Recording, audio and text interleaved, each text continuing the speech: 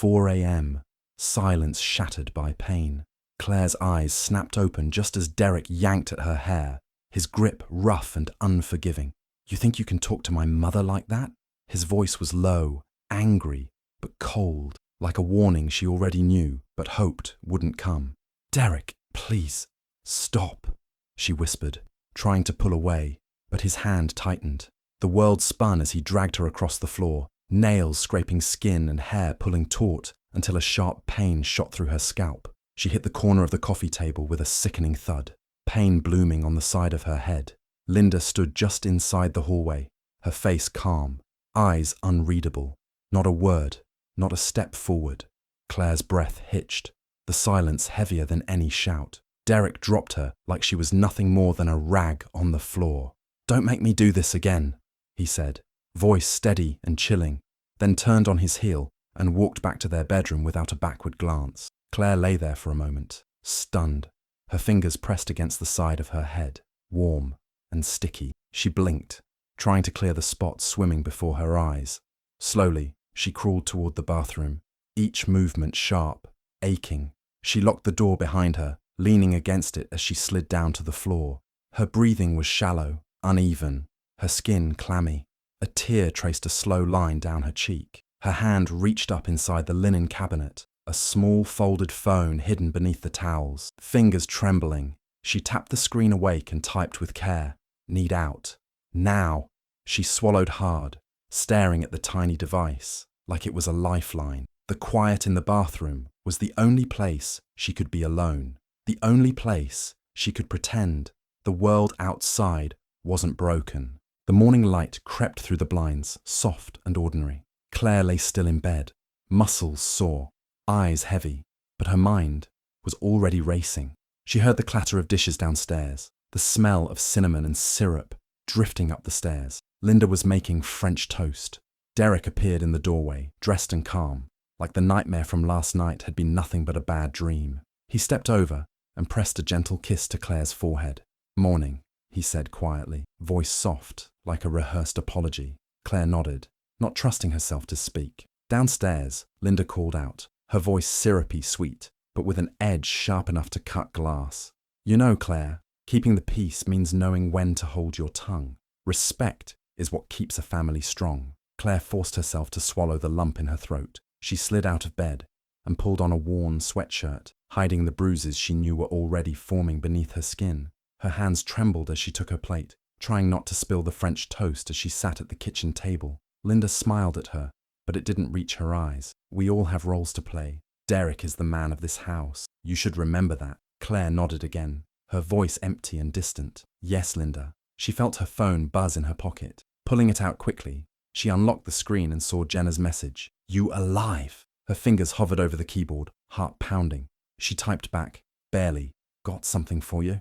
She tucked the phone back under the table, hiding it from view, but her mind was racing. This pretend morning was just another act, one she had to play perfectly until she found a way out. The university auditorium smelled of old paper and nervous energy, a familiar scent to Claire as she took her seat near the back. It was one of those poetry nights, the kind she had always loved. Soft voices reciting lines that felt like secrets meant only for the listener. She clutched her notebook, hoping to find the words she couldn't say aloud. That's when Derek walked in. He moved through the crowd with a confidence that was magnetic, his smile easy and warm. When he reached her row, he stopped and looked down, a book clutched in his hand. "Rainer Maria Rilke," he said with a grin. "You know, let everything happen to you, beauty and terror.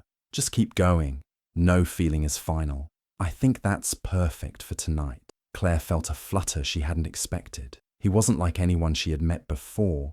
Charming, yes, but with a gentleness that felt sincere. They started talking after the event, voices low over coffee, sharing favorite poems and dreams. Derek was generous with his attention, always asking questions, genuinely interested. Linda showed up at the cafe one evening not long after. She was warm, welcoming even, maybe a little too much. She complimented Claire's dress, touched her arm, smiled in a way that didn't quite reach her eyes. "You're very lucky to have found someone like Derek," she said softly. Claire felt a flicker of unease but pushed it aside, wanting to believe in the fairy tale unfolding. The days that followed were full of excitement. Derek took Claire to poetry readings, small art galleries, late-night diners.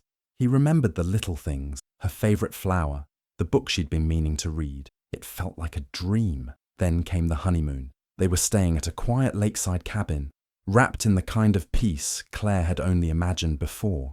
But the first night, as they unpacked and laughed, Derek's hand tightened on her arm. "Be careful," he said low, his voice sharp beneath the laughter. "Don't forget who's in charge." Claire blinked, startled by the sudden change in tone. She pulled her arm free, but the tension lingered in the air. It was the first time she felt the edge beneath his charm, the hint of something darker. She told herself it was just stress from the wedding, nerves from the new life. But deep down, a small voice whispered that things might not be as perfect as they seemed. The honeymoon ended, and they returned to the house on the cul-de-sac. Linda was waiting, her smile wide, but eyes watching, always watching. Claire realized then that the welcoming family she had imagined was something else entirely. But by then, she was already caught in the story, one she didn't know how to escape. Claire sneaks out to meet Jenna at an old bookstore cafe.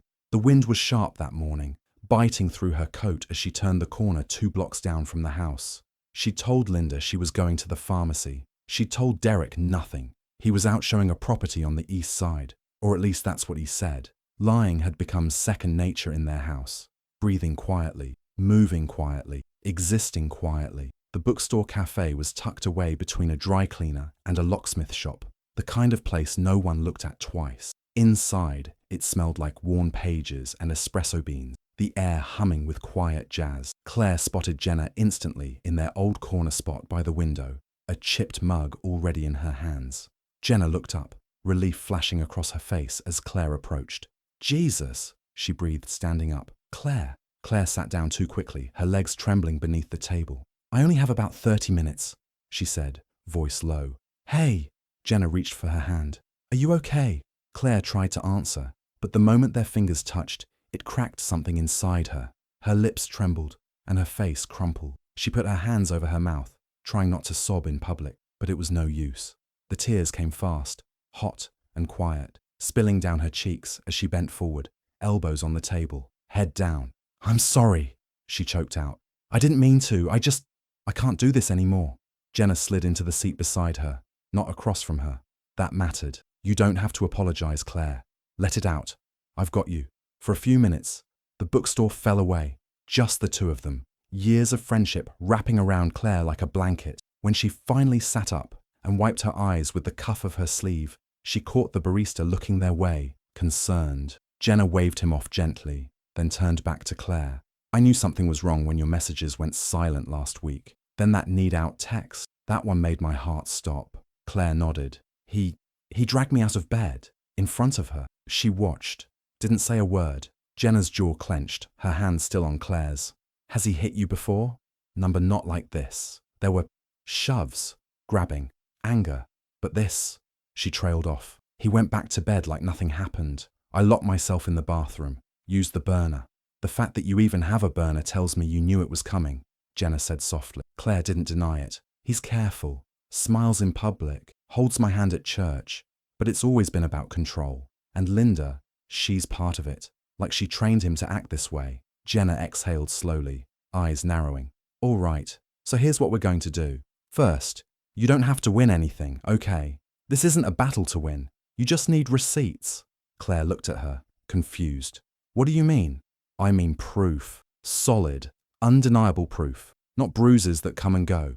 Not text messages he can delete. Real audio, real evidence. If we want out, if we want him gone, we have to play his game better than he does." Jenna reached into her tote bag and pulled out a small white box. "It looks like a fitness tracker, but it's a recorder, voice activated, and you can start a manual recording any time with just a tap." Claire stared at it, hesitant. "He checks my phone, my bag. He won't check your wrist. Just wear it. Don't make a big deal of it. Start simple. Arguments, his threats, Linda's comments, anything that shows the emotional and physical abuse.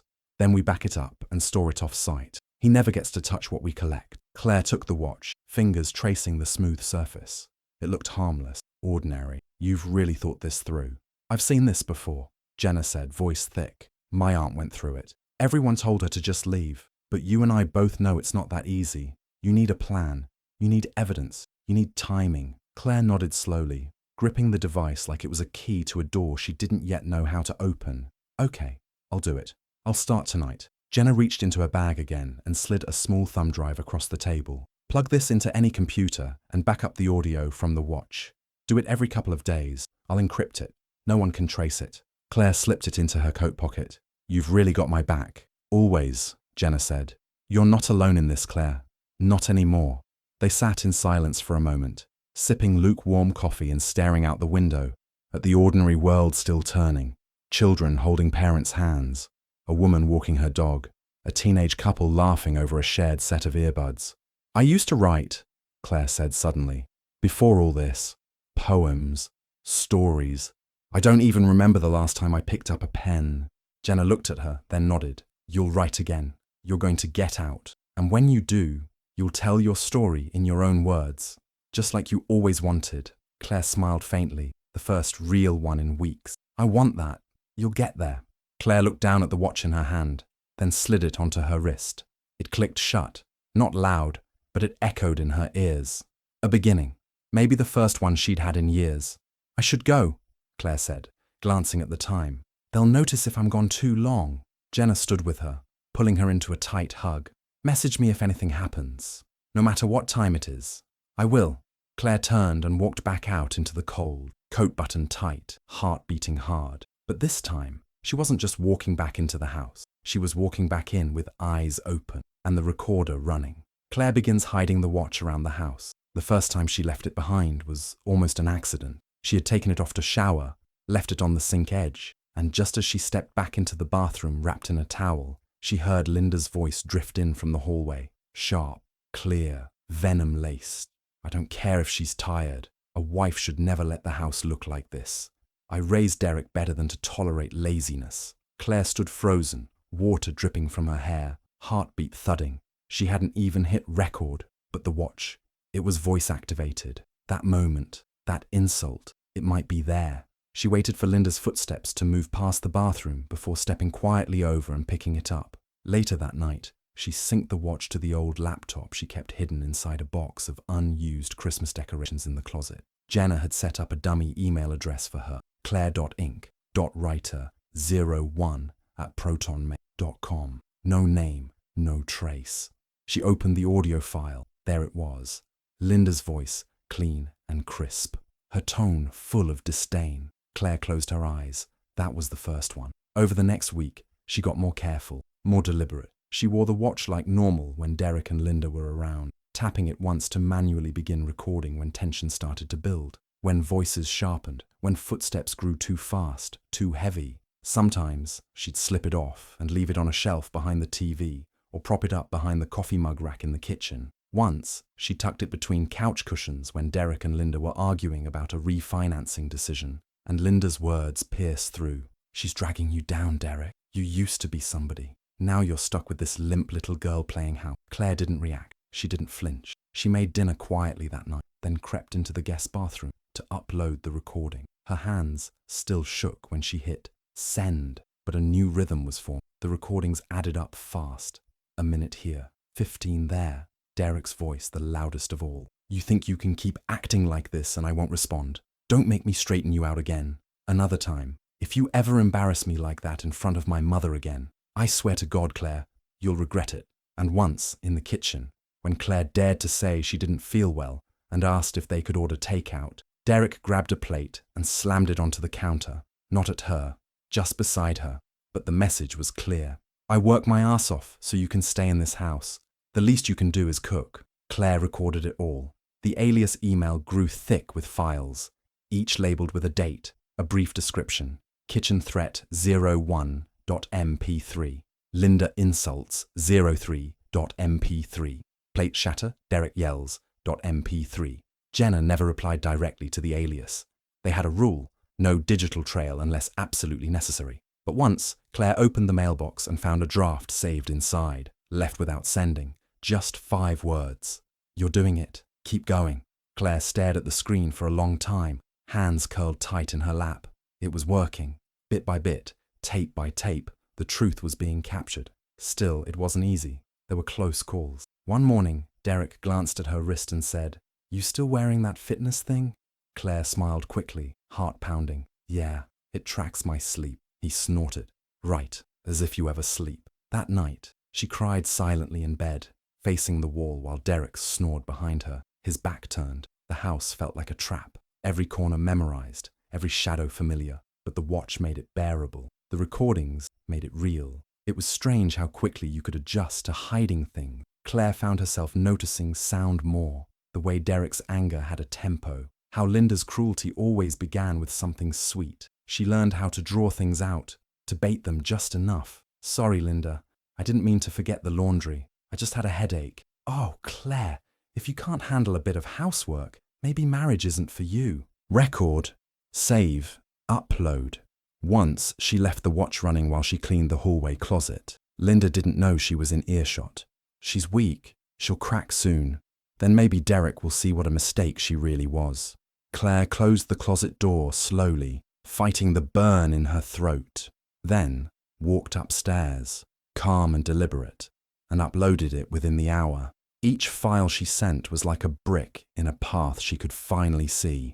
Not a way forward yet, but maybe a way out. She didn't know how long it would take, or what Jenna would do with the recordings when the time came, but she knew one thing. The version of her that had cried in that cafe was gone. Not completely, but changed, sharpened, ready. She wore the watch to bed that night, just in case, and when Derek rolled over, pulled her close and whispered, "You know I only want the best for you." She didn't answer. She didn't need to. The watch was already recording. Derek hosts a family dinner. The table was set like a magazine spread. Cloth napkins, white candles, salad forks. Claire had cooked most of it. Linda had supervised like a drill sergeant with a fake smile. Derek had been pacing since noon, wanting everything perfect. It wasn't for them, not really. It was for the guests. A couple from Derek's office and one of Linda's distant cousins, who Claire had never met, but was apparently important.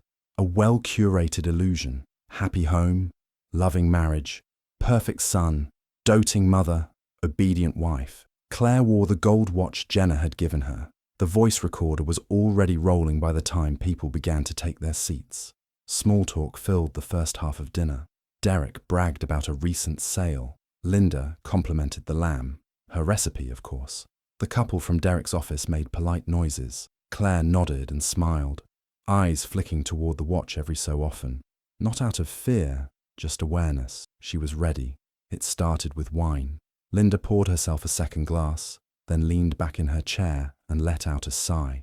Too loud, too dramatic. The table quieted slightly, just enough for her to speak into the hush. "You know," she said, smiling tightly, "I just think it's a shame when a woman doesn't want children. It's selfish, really. All that potential, wasted, makes you wonder what's really going on inside." Claire didn't flinch. Her hand stayed steady on her fork. She looked directly at Linda and said, cool and calm, "You mean people who think women are ovens?" A silence followed, sharp enough to slice the roast. Linda blinked. Derek's smile froze. "What did you just say?" Linda asked, voice sharpening. Claire turned her head slightly. "I said, maybe women are more than what they can produce, but maybe that scares people who only feel useful when they're controlling someone else." Linda scoffed, leaning forward. "You ungrateful. You're crossing a line." Derek cut in, glaring at Claire. His voice was low, but his eyes were wild. "Apologize. Now." Claire didn't move. "No!" The tension cracked. Derek's chair scraped back hard. He stood up too fast, fists clenched. The office couple shifted uncomfortably in their seats. Linda's cousin's fork paused mid-bite. "I said apologize!" Derek barked, louder now. Claire looked up at him with an eerie calm. "I'm not sorry for saying the truth." And then, with a growl more than a word, Derek flipped the table. Plates shattered. A wine glass spun and crashed. Food spilled across the rug in clumps of lamb and mashed potatoes. Gasps rang out. One of the guests actually ducked. Linda stood and yelled something incoherent, eyes wide with fury. The cousin stood too, backing away. The office couple froze like they were afraid to breathe. And Claire, she just sat there, her hands folded in her lap, her wrist resting calmly on the table's edge, the gold watch blinking red, recording. Derek turned toward her like he might strike, but something about her stillness, the way she met his eyes, stopped him cold. She tilted her head slightly, not smug, not afraid, just done. "I've had enough," she said quietly. So has everyone else. No one moved. The meltdown hung in the air like smoke after a fire. Embarrassment radiated off Derek in waves. Linda looked like she wanted to scream and vanish at the same time. "I'm going to bed," Claire said, standing slowly. "You all can clean this up." She walked past Derek, past Linda, past the wreckage of the meal, careful not to step in the gravy. Not once did she look back. When she reached the stairs, she tapped the watch once. Stop. The file would be almost 30 minutes long. Loud, clear, damning. Upstairs, behind the locked bedroom door, she let out the breath she'd been holding. She had it all. The insults, the threats, and now this. The night Derek's perfect mask cracked right down the middle, in front of witnesses. She smiled faintly. He thought the dinner had been for him, but it had been hers all along. Claire reaches out to Ryan via Signal app. She hadn't messaged him in over a year. Not for holidays, not even after his promotion in Chicago. She hadn't wanted to drag him into her mess. And besides, how do you tell someone who once called you his kid sister that your husband throws furniture when the guests leave? But tonight, her hands moved without hesitation. She sat cross-legged on the bathroom floor, the vent humming faintly above her, fingers numb but steady. She opened the Signal app Jenna helped her install. The encryption was tight, private, safe. "Claire, are you free? I need help." She stared at the screen, doubted, considered deleting it. Then it pinged. "Ryan. Always. What's going on?" Her eyes stung. She typed. "Claire. It's bad, Ryan. It's really bad." She didn't bother explaining in paragraphs. Instead, she tapped the file icon and attached all 7 audio clips. Linda's insults, Derek's threats, the dinner meltdown, every second of it. The files uploaded one by one, dots pulsing slowly. When the last one sent, she typed, "This is what I've been living with since the beginning." The reply didn't come right away. For a moment, she wondered if he was just sitting there in shock, or if he needed to step away and scream. Then it came, short and sharp. "Ryan, Claire, Jesus." More dots. Then, "Ryan, I'm coming down. First thing. Tomorrow morning. Do not answer the door unless it's me or the police. Not for Derek, not for anyone." Claire blinked at the screen. "Claire, how? You work tomorrow." "Ryan, I don't care. I'll trade shifts. I'll drive overnight. You're not alone in that house another day." Then another message. "Ryan, keep that watch on you. Keep your phone hidden. Don't let him know you reached out." Claire's throat tightened. She typed, "He flipped a table tonight." "Ryan, I heard everything." And finally he added, "Ryan, I've got people. We'll do this right." Claire stared at the screen, unmoving. For the first time in what felt like forever, someone else knew.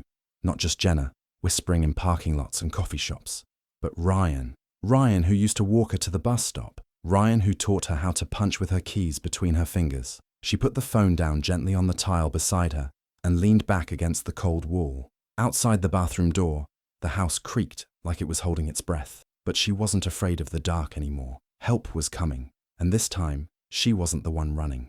Police arrived with Jenna and a DV advocate. It happened faster than Claire thought it would. The knock on the door was sharp and certain, not like Derek's pounding, not like Linda's passive-aggressive tapping. This was official, the kind of knock that meant something was about to end. Claire had been waiting by the front window, the gold watch tight on her wrist, her packed suitcase already by the door. She hadn't slept. Not really, just sat upright in bed, one hand on her phone, waiting for Ryan's signal. It wasn't Ryan at the door, though. It was 2 officers, one male, one female. Jenna stood behind them, her face tight but steady. Beside her was a woman Claire didn't recognize, mid-40s, clipboard in hand, DV advocate badge around her neck, soft eyes that scanned Claire like she already knew the whole story. Derek appeared from the hallway, his voice rising before he even made it to the door. "What the hell is this? Claire, what the fuck is going on?"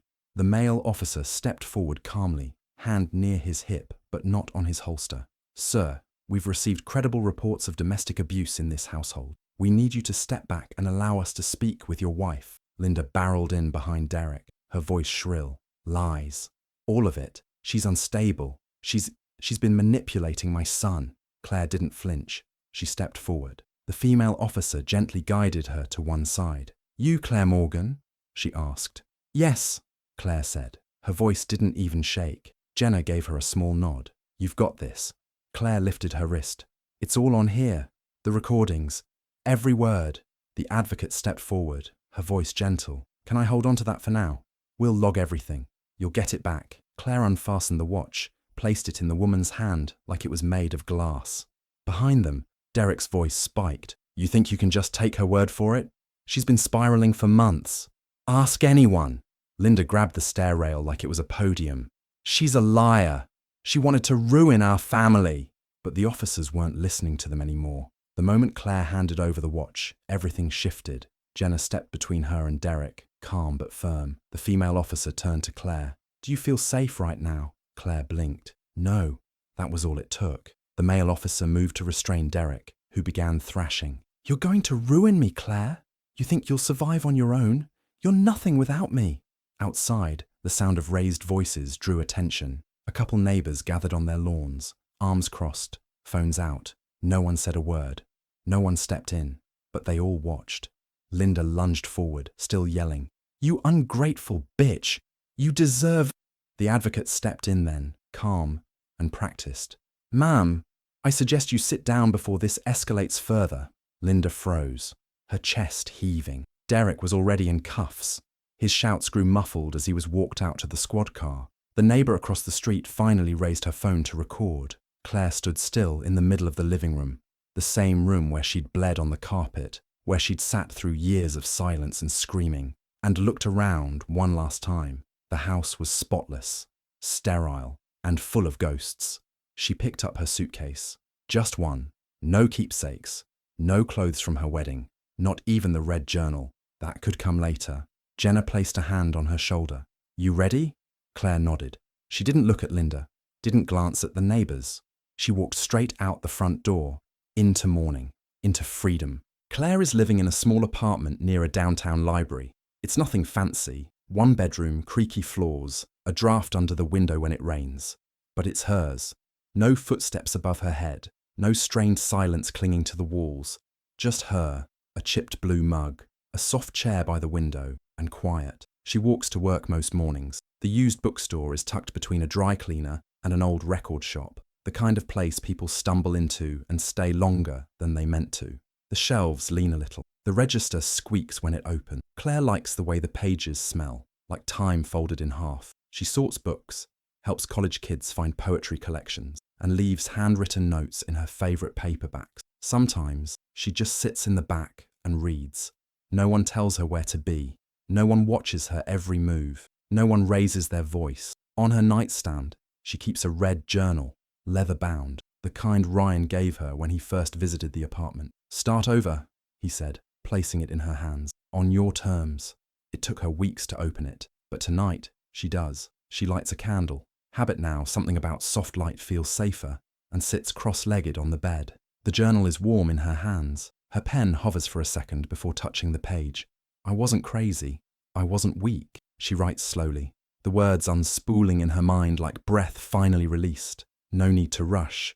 No need to make sense of everything right away. Just her truth, one page at a time. She doesn't write his name. She writes hers, Claire Morgan. She underlines it twice. The past still shows up sometimes, in dreams, in sudden sounds, in the way she still locks the bathroom door, even when she's alone. But the fear doesn't own her anymore. It visits. She lets it pass. She closes the journal, gets up, walks to the door, locks it, turns off the light, and sits back down to write. Finally, fully safe. Hey besties, thanks so much for watching. Don't forget to like, share, and subscribe if you haven't already. It really helps out the channel. Check out the videos on the end screen for more, and I'll see you in the next one. Stay safe and stay kind.